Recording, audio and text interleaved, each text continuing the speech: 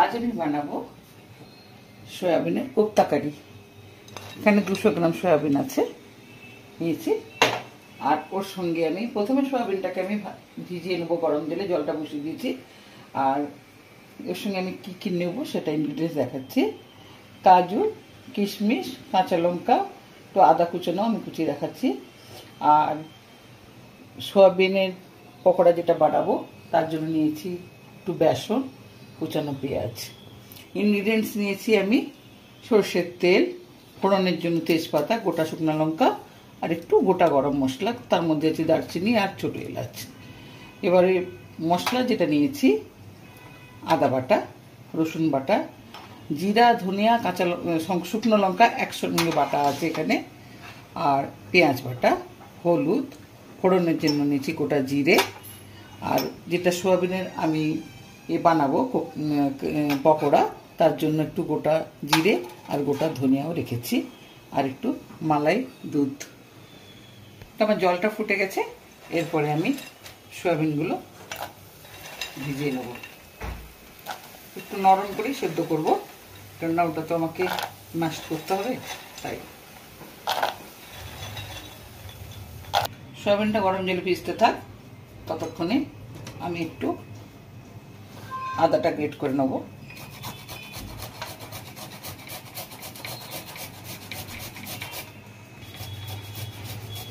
লঙ্কাগুলো একটু ছোট ছোট করে কেটে নেব।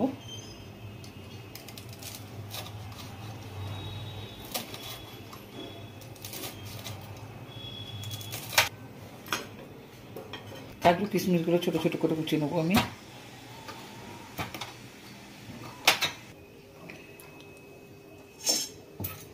সয়াবিনগুলো আমার সিদ্ধ হয়ে গেছে, এরপর আমি ঢেলে নিচ্ছি।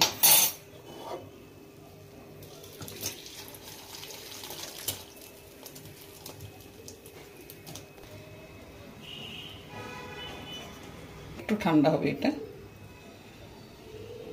ঠান্ডা হয়ে গেছে। জলগুলো একবারে নিংড়ে নিচ্ছি শুকনো শুকনো করে, জলগুলো থাকলে ভালো লাগবে না।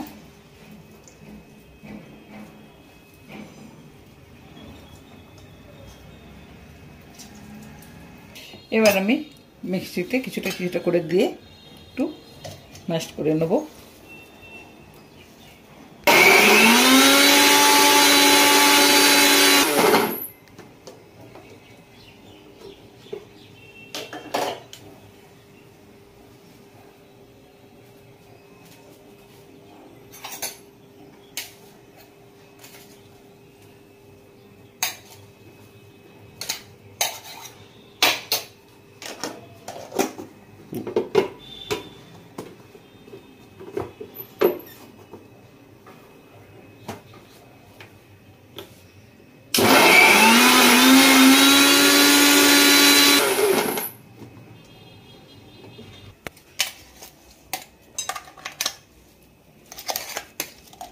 সয়াবিনগুলো আমি সেদ্ধ সয়াবিনগুলো সব আমি মিক্সিতে পেস্ট করে নিয়েছি, তো আমি ম্যাশ করে নিয়েছি।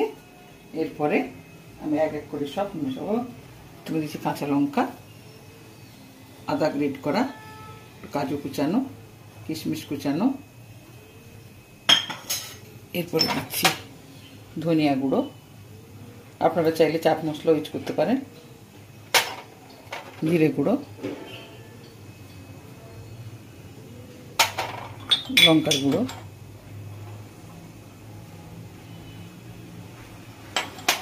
লবণ,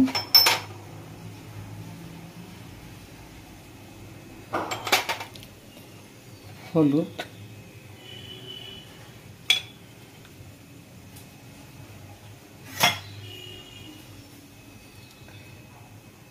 দু-তিন চামচ বেসন, জাস্ট আঠালোর জন্য দেবো, নাহলে ফুলে যাবে এটা। বেশি বেসন দিলে আবার বেসনের গন্ধ ছাড়বে। এরপরে আমি এগুলোকে একসঙ্গে মাখিয়ে নেব। একটা কথা, এখানে আপনারা ধনেপাতাও ইউজ করতে পারেন।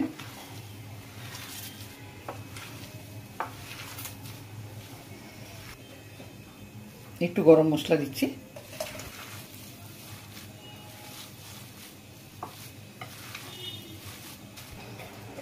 আমি একটু প্রথমে হাতে তেল দিয়ে দিচ্ছি, এইখানে বানাই।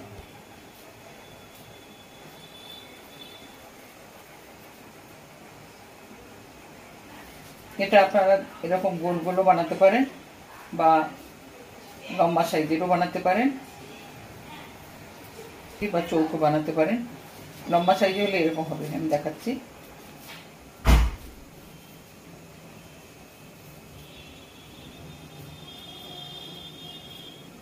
তো আমি এরকম বানাচ্ছি না, আমি গোল গোল বানাচ্ছি।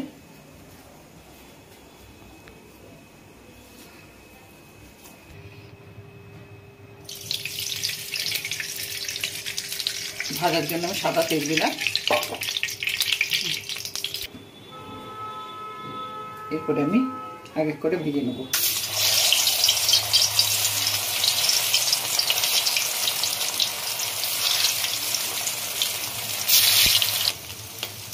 আমি এক পিঠ একটু উল্টে নিচ্ছি এইভাবে ব্রাউন করে। ছোটো চামচ দিয়ে উল্টাচ্ছি, বড় চামচ দিয়ে ভেঙে যাওয়ার সম্ভাবনা থাকবে।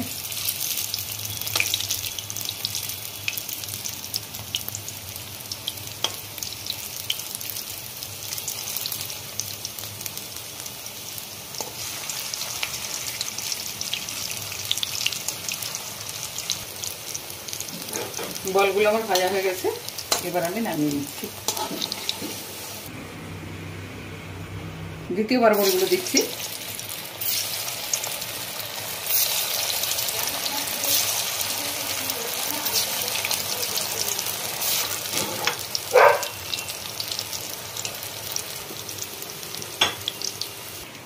এই বলগুলো আজকে তো আমি এটাতে কারি বানাবো, কোপ্তা কারি, কিন্তু এটা আপনারা সন্ধ্যেবেলা চায়ের সঙ্গে স্ন্যাক্স হিসাবে ইউজ করতে পারেন। আমি একটা ভেঙে দেখাচ্ছি ভেতরটা। কড়াইতে তেল ছিল, আর একটু তেল দিচ্ছি।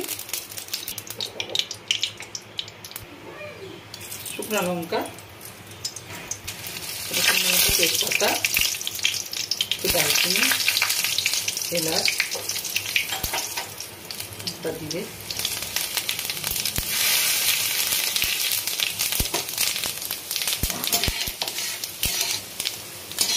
হলুদ দেবো,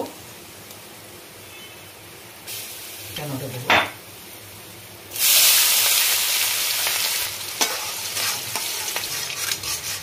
পেঁয়াজটা একটু গোল্ডেন কালার করে ভাজবো। পেঁয়াজটা ভাজা হয়ে গেছে, এরপরে আমি দেবো পেঁয়াজ বাটা,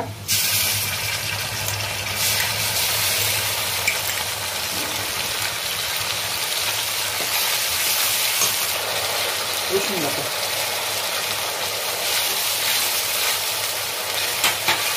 আদা বাটা, পরিমাণ মতো আমি তরকারিতে যতটা হলুদ লাগে ততটা দেবো। এবারে দিচ্ছি ধনিয়া, জিরা আর লঙ্কা বাটা।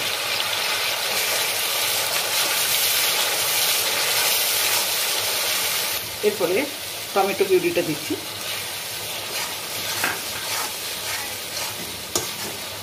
সঙ্গে দেবো নুন,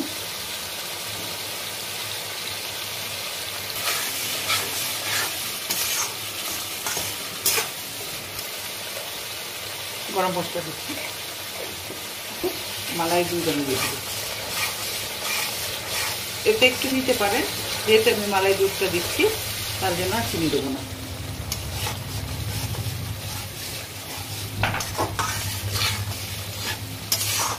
আমার গ্রেভিটা হয়ে গেছে, এরপরে আমি একটু জল অ্যাড করব। এবার একটু ঢাকা দেবো। সয়া বলগুলো দিয়ে দেবো।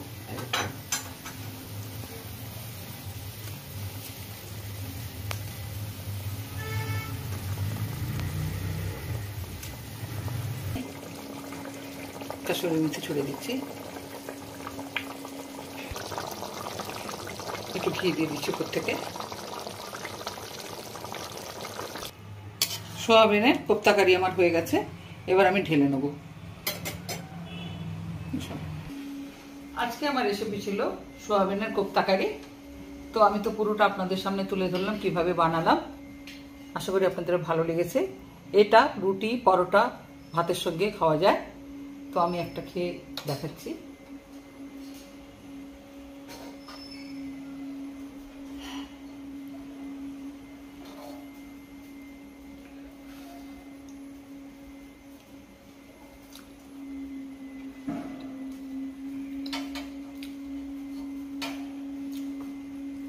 আমার তো ভালো লেগেছে, আপনারা অবশ্যই একবার চেষ্টা করে দেখবেন।